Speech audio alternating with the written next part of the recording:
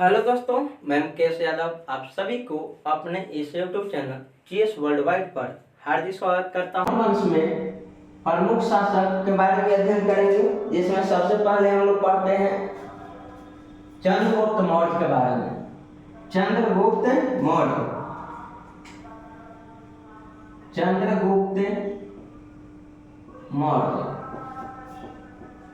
Chandragupta Maurya 322 BC से लेकर 298 BC तक मगध के सिंहासन पर जो राज किए थे।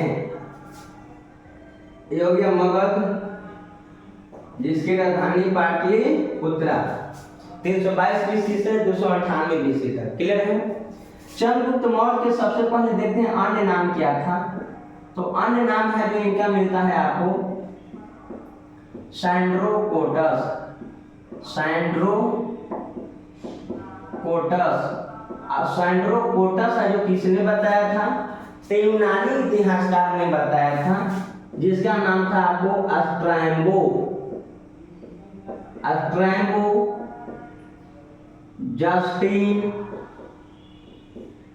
और एरियन। ये तीनों के तीनों यूनान के इतिहासकार हैं, और ये तीनों ने है जो आपको बताया था कि चंद्रगुप्त मौर्य का नाम क्या है? सैंड्रोकोटस। लेकिन एक और नाम मिलता है आपको एंड्रोकोटस।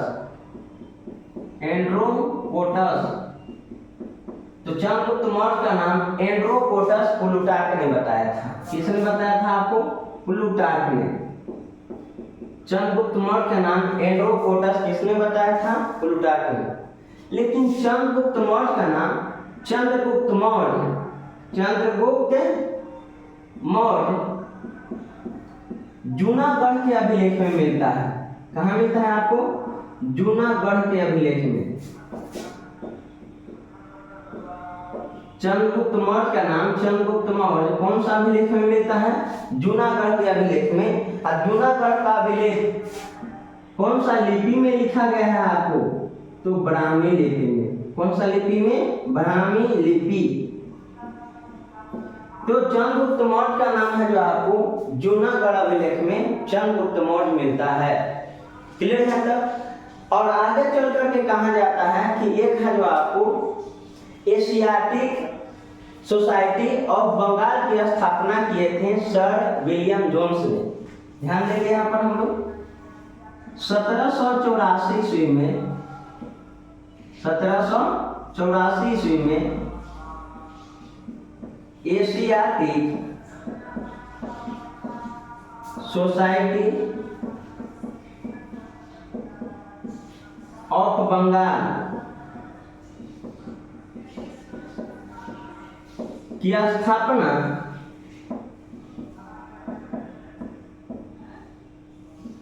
सर विलियम जोन्स ने किया था। किसने किया था आपको?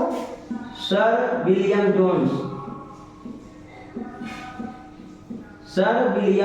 जोन्स ने किया था। और सर विलियम जोन्स ने ही सर्वप्रथम बताया था कि चंद्रगुप्त मौर्य को एंड्रोकोटस या सैंड्रोकोटस के नाम से भी जाना जाता है।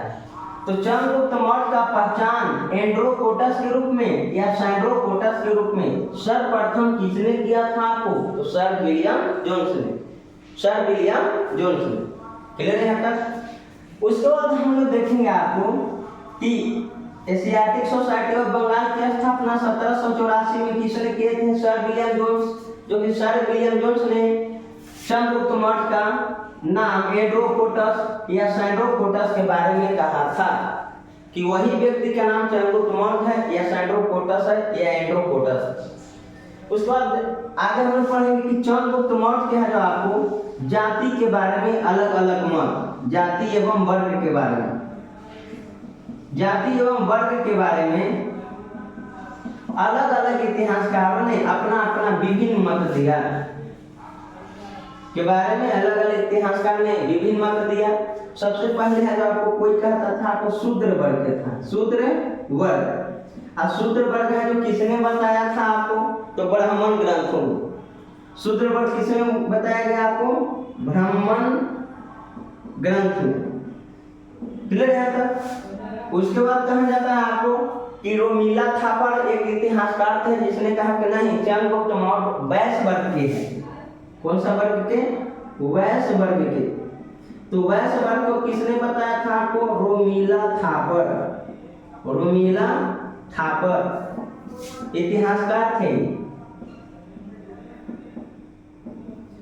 क्लियर है तक? तो रोमिला थापर इतिहासकार के अनुसार चंद्रगुप्त मौर्य है जो कौन सा वर्ग के था? वैश्य वर्ग के। वही कहा जाता है आपको मुद्रा राक्षस एक ग्रंथ है जिसमें कहा जाता है आपको निम्न कुल का बताया गया। निम्न कुल, तो निम्न कुल कौन सा ग्रंथ में? मुद्रा राक्षस। मुद्रा राक्षस, मुद्रा राक्षस है जो ग्रंथ, मुद्रा राक्षस ग्रंथ में है जो आपको चंद्रगुप्त मौर्य को है जो आपको निम्न कुल के बताया, मतलब नीचा जाति के। क्लियर है तक? मुद्रा राक्षस के लेखक कौन है? तो विशाख दत्त। लेखक कौन है आपको? विशाख दत्त। लेकिन कहा जाता है आपको कि बौद्ध ग्रंथों में, क्लियर है तक? बौद्ध ग्रंथों में क्षत्रिय कुल है जो बताया गया। क्षत्रिय कुल, क्षत्रिय कुल है तो कौन सा ग्रंथ में बताया गया? बौद्ध ग्रंथ में। बौद्ध ग्रंथ में है जो आपको चंद्रगुप्त मौर्य को क्षत्रिय कुल बताया गया। क्लियर है यहाँ तक? कहीं दिक्कत नहीं है? तो कहा जाता है आपको कि चंद्रगुप्त मौर्य के बारे में अलग अलग है जो आपको जाति वर्ग के बारे में चर्चा किया गया था, जिसमें सबसे सर्वमान्य कौन सा कुल है आपको? क्षत्रिय कुल। सर्वमान्य कौन सा कुल है आपको?